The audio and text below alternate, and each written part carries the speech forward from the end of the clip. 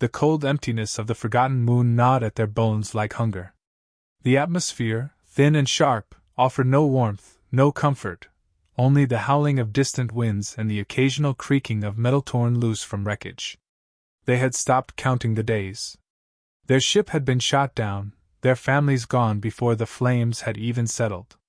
Now, only 6 of them remained. 6 young lives, too small to fight back, too scared to sleep properly, and too weak to do anything more than huddle under the twisted remains of a loading bay, hoping the next day wouldn't be their last. Kareth, the eldest, tried to stay strong. The others looked to him, not because he had answers, but because he was the one who hadn't broken. Not yet. He kept his voice steady when they cried. He rationed water, 1 drop at a time.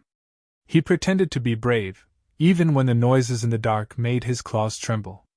His mother had once told him bravery wasn't about being unafraid, it was about keeping going when fear wanted to stop you. That memory, soft and warm in his mind, hurt more than any wound. They were not warriors. Their species had never been warriors. They had been artists, dreamers, teachers. But none of that mattered here. The galaxy didn't care who they had been. Pirates came looking for easy prey. And easy prey is what they'd found. Kareth had watched it happen. His father had tried to stand between them and the invaders. He'd died within seconds. His mother had tried to run. He still remembered her scream, cut off too suddenly.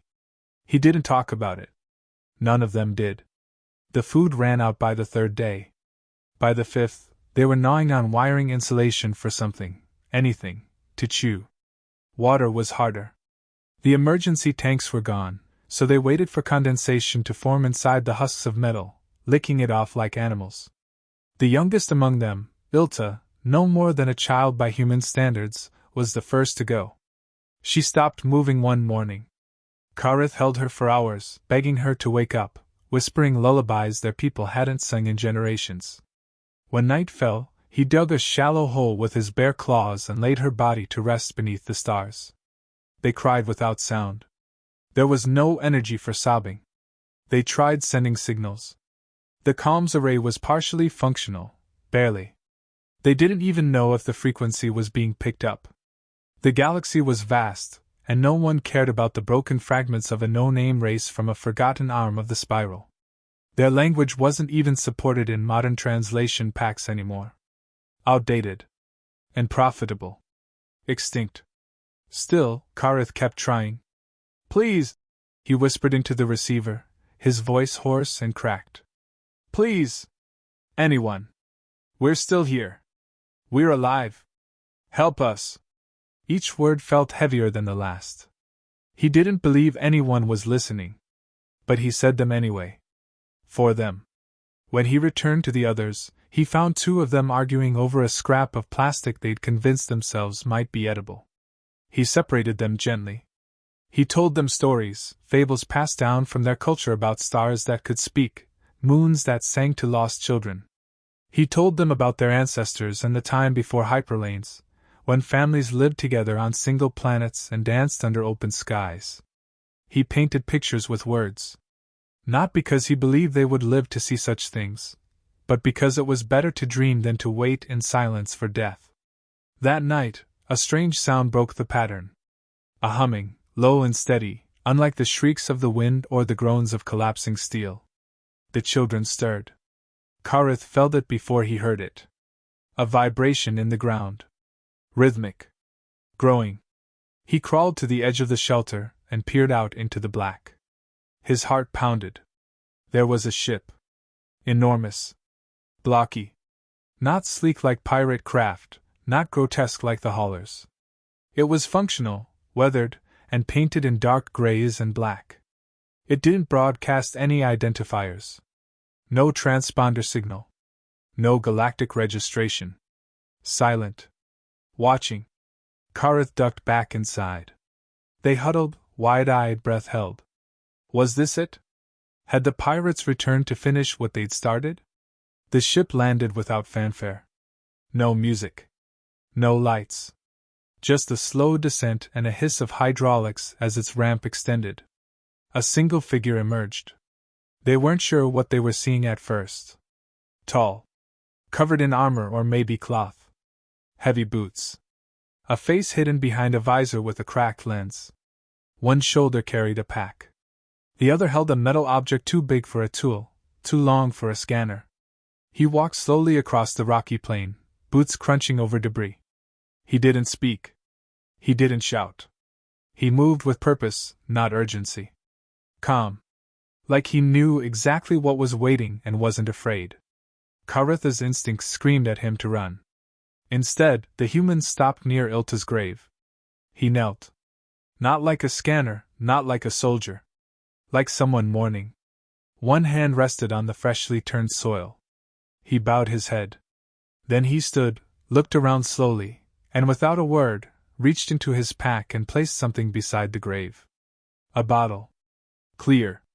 Half full of clean, sparkling water. Then he turned and walked away, deeper into the wreckage. Disappearing between the shattered hulls. Karith crept out moments later. The bottle was real. Cold to the touch. Clean. No smell. He didn't drink it yet. He carried it back to the shelter. The others looked at him like he'd found a miracle. None of them spoke. Later that night, when they dared peek again, they found more left for them. A small package, dried food. Protein bars wrapped in unfamiliar script. A folded blanket. Medical gauze. No trap. No catch. He never spoke. He just returned each day, left something behind, and vanished again. The galaxy had abandoned them. But someone hadn't. And none of them could understand why. They didn't know his name. He never offered one. Every morning, the human would come and go like a silent ritual. Supplies were left in precise quantities. Water, food, clean cloth, even a small heating unit that gave off just enough warmth to ease their shivering nights. He didn't ask questions. He didn't expect thanks. He simply gave. Kara struggled to understand. The galaxy they knew didn't act like this. Aid came with signatures, credits, contracts. If you were lucky, a charity drone dropped a care package with a banner attached. But this was different. This was deliberate. Intentional. Personal. He wasn't part of an organization. No insignia, no uniform, no fleet crest on his shoulder. Just a human with a weathered suit and eyes that never showed behind the mask. The others began to speak again. Carefully, like language was something they had to relearn. Ela, once silent for days, began humming when she saw the packages. Vero, who had given up moving more than a few feet, started helping carry supplies into the shelter. There was no speech from the human, but his presence brought change. Real change. Karith felt it deep inside. This was not a coincidence. This was something larger than luck. He began keeping track of the days again. Not to count their doom, but to mark progress. For the first time since the crash, they had something to anchor to. They had someone choosing to be there. Karith tried to signal. He turned the comms back on, hoping maybe this human was part of something bigger. But no response came. The human never approached the transmitter, never checked the damaged relay tower. It was like he wanted to be alone. Or maybe he had been alone long enough to prefer silence over answers. He didn't just bring supplies. He brought tools. Simple ones, knives, multi-tools, scraps of cable. But to them, it was like receiving the keys to civilization. Karith used the metal pieces to reinforce the shelter. He created a filtration system using an old barrel and a strip of carbon mesh the human had left. Ela began organizing supplies. Vero crafted containers from shattered panels. Slowly, life returned to their hands. And yet, the human remained distant. Karith watched from a distance one day as the human stood alone near the edge of a crater, staring into the void. He never paced. Never checked instruments. He just watched. Karith wondered what he was looking at. What he had lost. No one chose to live like this without reason. This wasn't duty. This wasn't exploration. This was exile. Voluntary or forced, Karith didn't know. Then the signs came.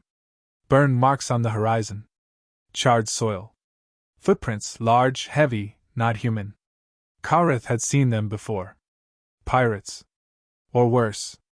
Raiders from the outer band, the kind who scavenged survivors for sport. He recognized the pattern. The angles. The deep prints of quadwalkers. They were hunting. The human didn't warn them. He didn't need to. That night, he left behind more than just supplies. He placed 3 polished blades, clearly handmade. Balanced. Sharp. On top of the pile was a message, written in rough galactic script. Stay close. Stay low. Kareth felt his heart tighten. This wasn't a rescue anymore. It was a stand. The others sensed the change. No more humming. No more small smiles. Just the quiet pressure of fear again, but this time, it had a shape. An enemy. Not starvation. Not time. But something living, violent, near. The next few days passed in tense silence. Kareth kept the children inside. No fire. No noise. The human didn't appear. But in the morning, they would still find fresh water. New footprints. Sometimes a spent power cell, sometimes a damaged piece of armor. Clues. Warnings. Kareth noticed a pattern. The supplies came from different angles now. As if the human was circling, covering ground. Watching. It all pointed to one fact: he was protecting them. But why? Why them? They had nothing. They were not powerful. They weren't even his kind. Kareth remembered something from old history, a brief note in one of the Terran records. About how, in their ancient wars, humans had risked everything for strangers. Stories of soldiers throwing themselves into fire to save people they'd never met. It had sounded like fantasy then. But now, he was seeing it unfold. The fear became routine. It sat at the edge of their camp like a shadow, but it didn't consume them. They still survived. Still rebuilt. And that, Kareth realized, was a kind of defiance. Then, one day, a new sound broke the air. Loud. Close. Not the low hum of a ship, but the distinct crack of energy weapons. Flashes in the distance. Shouts. Screams. The children clung to each other. Kareth crouched, blade in hand, useless in the face of plasma. He waited for death. But it didn't come. Silence returned. Hours passed. Dust still hovered in the air. Then footsteps, slow, dragging. Kareth peered out. The human was walking back toward them. His shoulder was scorched. One leg moved stiffly. Blood, thick and dark, seeped down his armor. But he was carrying something. A device. A transmitter. The kind used by pirate scouts. He dropped it near Kareth's feet. Gone, he rasped, voice rough, mechanical through the filter. You're safe now. Then he collapsed. Kareth caught him before he hit the ground. This time, it was their turn to protect him. He didn't regain consciousness for 3 days. They moved him into the shelter, cleared space, and kept watch over him as he had for them. His injuries were serious. Burns down one side of his torso, a gash on the thigh that exposed torn synthetic muscle fibers beneath the skin. He was enhanced. Not fully cybernetic, but augmented. That explained some things. His endurance. His silence. The way he moved without hesitation in a place that would have killed most men in hours. The children sat quietly nearby, whispering stories about him like he was some mythical guardian who had fallen from the stars. Kareth didn't correct them. He didn't have the answers either. Ela applied salve to the burns. Viros stitched what he could. Kareth rigged the filtration unit to draw steam into the shelter, and keep the air moist enough for breathing. Every hour, someone checked the perimeter. But the human's message had proven true, the danger was gone. The pirates hadn't returned. Their scanners were destroyed, their tracks scattered. Whatever battle had occurred, he had ended it alone. And then he came back. Not to boast. Not to command. Just to make sure they were safe. He woke with a sharp breath on the 4th day, hand instinctively going to his side. Kareth stepped in before he could sit up. "You're safe," he said softly. "You kept your promise." The human looked at him, and for the first time, Kareth saw the eyes. They weren't cold. Just tired. Ancient, in a way that had nothing to do with age. He didn't respond with words. Just nodded once, and began to rise slowly, testing each movement. Pain was evident, but he refused help. When he stood, it was with quiet determination. He examined the room, acknowledged the others, then stepped outside. Kareth followed him, unsure of what to say. The human sat on a rock, stared up at the sky. Kareth waited. After a while he spoke. "There were 30 of them," the human said. 2 transports. Armored. Smart. But not enough. Kareth didn't ask how he did it. The answer was in his wounds, in the silent strength he carried like gravity. "Why us?" Kareth asked after a moment. "Why stay? You could have left." The human didn't look at him. "I saw my daughter in the small one," he said. "She didn't make it. Ship went down on Titan 6. I wasn't fast enough. Couldn't dig her out." Silence followed. The weight of grief hung heavy in the dry air. Kareth understood then. This wasn't rescue. It was redemption. The human wasn't saving them. He was trying to save a piece of himself that had been lost in the wreckage of a failed mission, a dead child, a world turned cold. "We would have died," Kareth said quietly. "We were dying." "I know," the human replied. They sat for a long time. When he finally stood, the pain had lessened, but the limp remained. He moved with purpose again.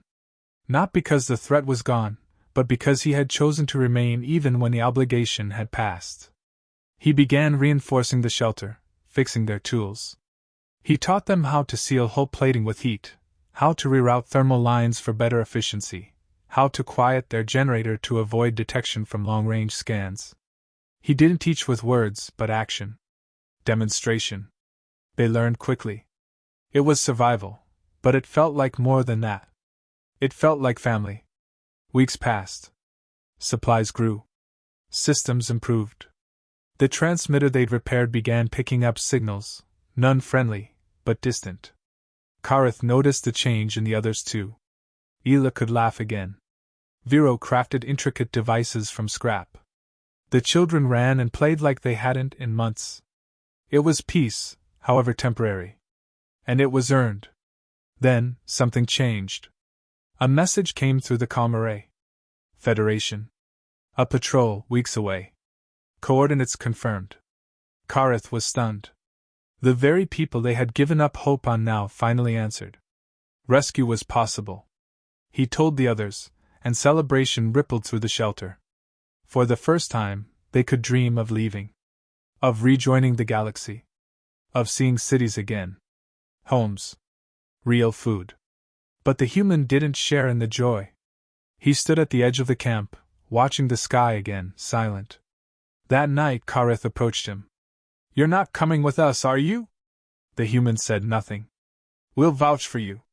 Whatever you've done, wherever you're from, it doesn't matter. You saved us. You can't just stay here." The human finally turned. "I can," he said.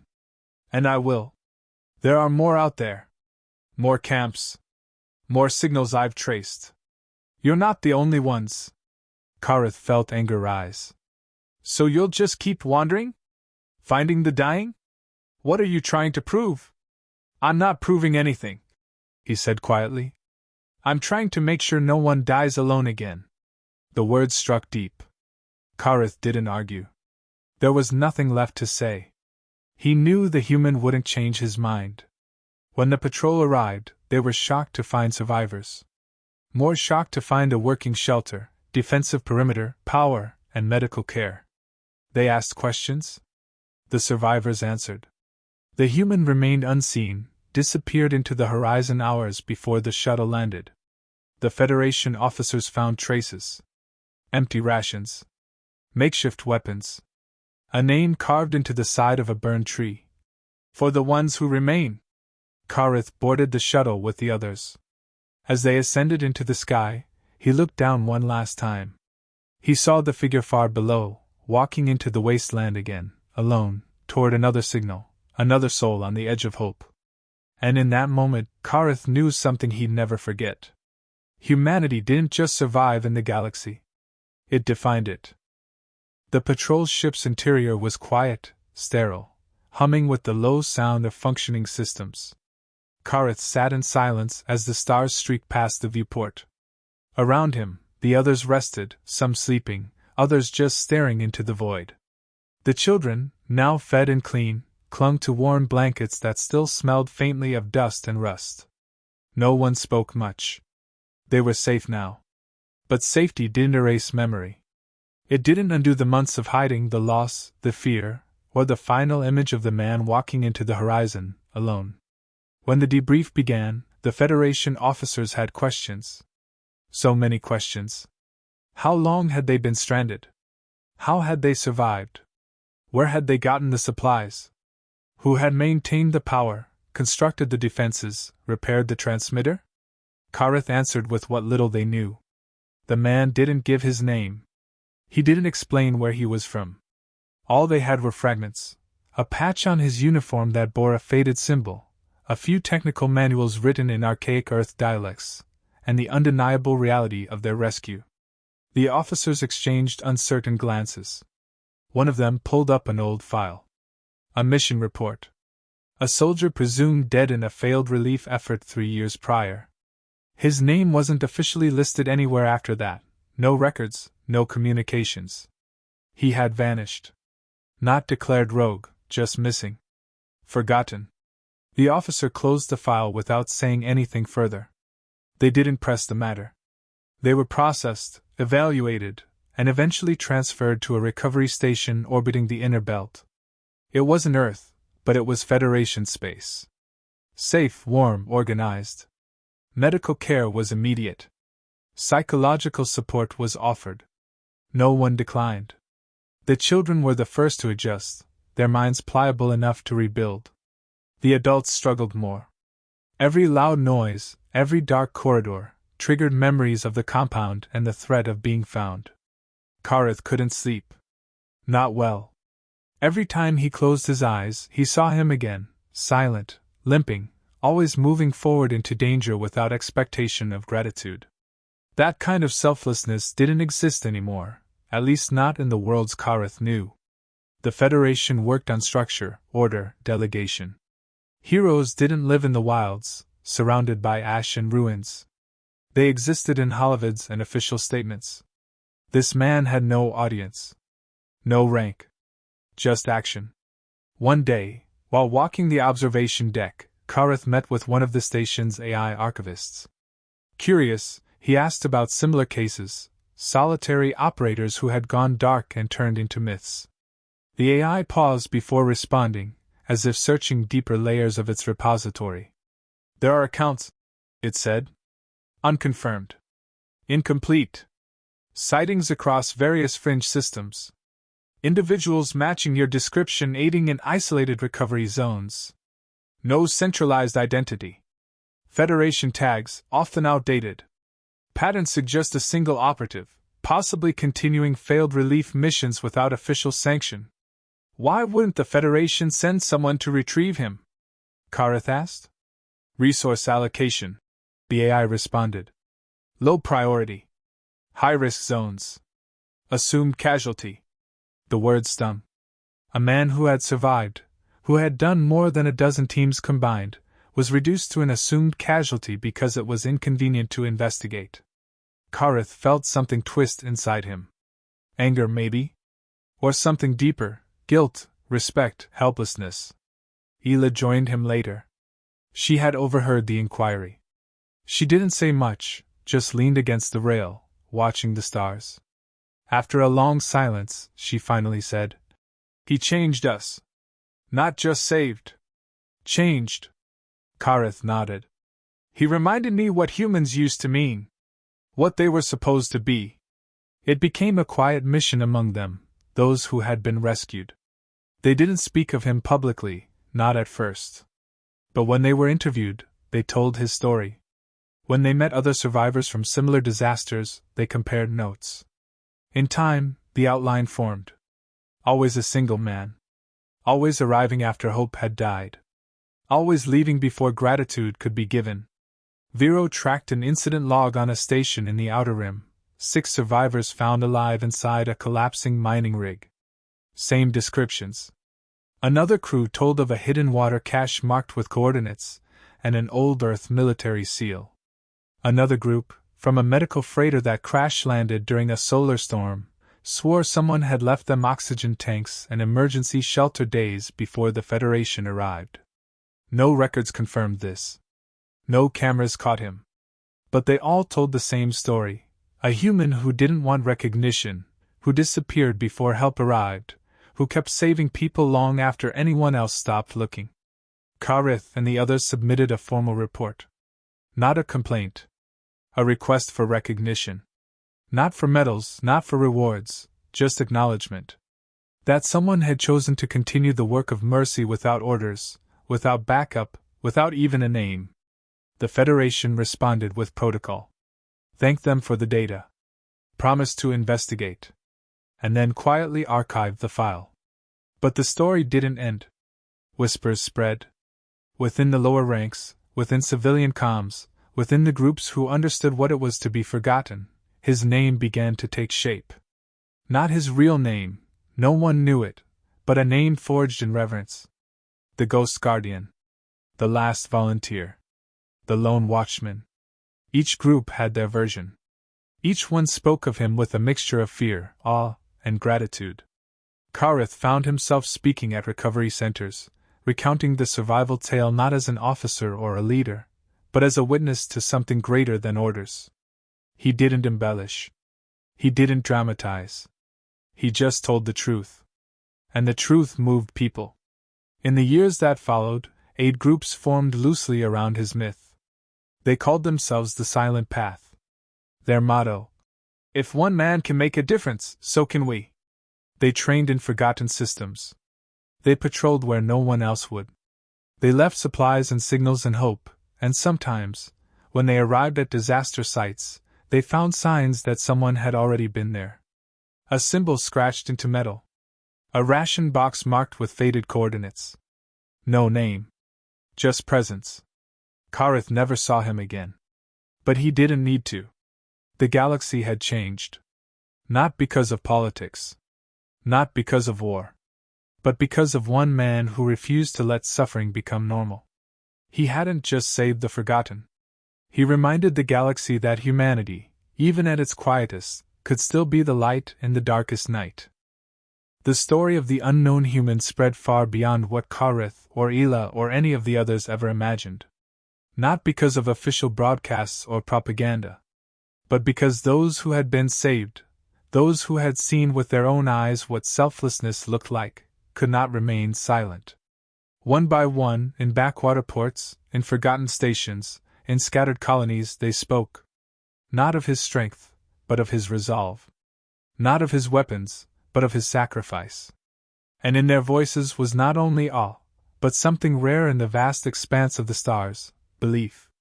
For all its technological brilliance, the galaxy had grown cold. Systems aligned with trade routes. Alliances built around resource control. Unity existed, but it was transactional. Empathy was a commodity rarely invested in. Bureaucracies thrived while frontier worlds withered. Everyone moved forward, yet the cost of progress was often measured in those left behind. But this human, operating without authorization or reward, had changed that equation. His actions had redefined value. Even the Federation could not ignore the growing echo. Their records showed no verified identity, no standard protocol. But the phenomenon was real. They quietly began tracking his sightings, classifying incidents under unauthorized humanitarian interventions. Internal debates flared. Some argued he undermined formal systems. Others believed he was a rogue asset whose presence embarrassed the inefficiencies of sanctioned aid programs. But at every level, no one could deny the effectiveness. Wherever he went, lives were saved. Crises were eased. The reputation of humanity, once seen as impulsive and volatile, was slowly reframed through his legacy. The Silent Path, born from those earliest survivors, evolved into a widespread volunteer force. Not soldiers. Not politicians. Just people who chose to act. Most were human, but many were not. Karith, once a technical specialist, became an advocate and trainer, helping prepare others for deployment into zones where help never arrived on time. He taught survival, yes, but more than that, he taught the mindset: go even when you're alone, give even when it hurts, stay even when others run. It became clear that what the lone human had sparked was not just a myth or movement. It was a moral correction, a rebalancing of what it meant to be civilized. He'd done nothing flashy. He had simply stood his ground when others had fled. And now, years later, entire worlds bore the imprint of that stubborn defiance. A formal monument was eventually proposed. Not by governments, but by civilians who had once been rescued. There were debates over its location. Some wanted it in Earth orbit, others on the neutral moon of Iria 6, near where one of the first rescues had occurred. But in the end, consensus pointed to a compromise. The monument would not stand in a city or on a populated world. It would be built in the remnants of the colony where Karitha's group had been stranded. Not as a shrine to war or victory, but as a place of remembrance. The construction was modest. A tall structure carved from local stone, embedded with pieces of salvaged gear, rations, tools, bits of the shelter. At its center, a single metal plaque bore no name. Just a sentence, in Old Earth English, translated beneath in the standard galactic tongue. He stayed. No ceremony was held. That had been the request of the survivors. It wasn't about celebrating a hero. It was about acknowledging a truth. That even when systems fail, individuals can choose decency. And sometimes, that is enough. Back on the recovery station, Ela continued her work with displaced children. She kept one of the original ration packs the human had given them in a sealed container on her desk. Not as a memento of scarcity, but as a symbol of compassion. She often said to the new arrivals, "You're not alone anymore." And she meant it. Because she had once been. And someone had changed that. Years passed. The myth only deepened. Not because of embellishment, but because no new face ever emerged. The man had never come forward. No interviews. No attempts to reclaim glory. And yet, new reports still arrived. Another abandoned colony with power restored, another group of miners found alive weeks after being presumed dead, another distress signal marked with an Earth signature older than the war itself. People began to wonder, was he still alive? Was it really just one man? Had others taken up his mantle? The Federation, when asked, gave no answers. Perhaps they didn't know. Perhaps they didn't want to admit how much had been accomplished without their oversight. For those who had been saved, it didn't matter. What mattered was that someone had cared enough to come when no one else did. What mattered was that hope had not been extinguished, even when the galaxy tried to forget it. Karith returned to the site once, years later. The colony was still lifeless, but the air was clearer. The wind carried less ash. The buildings, though still crumbled, had been marked and catalogued by volunteers. The children's shelter had been preserved exactly as it was found. A sign stood outside. This was the beginning. He stood by the monument for a long time, remembering that final walk, the limp, the quiet cough, the silhouette fading into dust. He placed a single item at the base of the stone, an old, scratched transmitter that the man had repaired with his bare hands. No message. Just presence. Karith didn't cry. He'd done that already. He just stood there, letting the silence say what words could not. And when he left, he felt no sorrow. Only a deep, unwavering conviction that what they had witnessed had not been an anomaly. It had been a lesson. In the end, the galaxy didn't remember him because of a title. It remembered him because of the example he set. That even in the face of abandonment, one soul, moving quietly through the darkness, could still be the reason others survived. And that maybe, just maybe, that was what being human truly meant.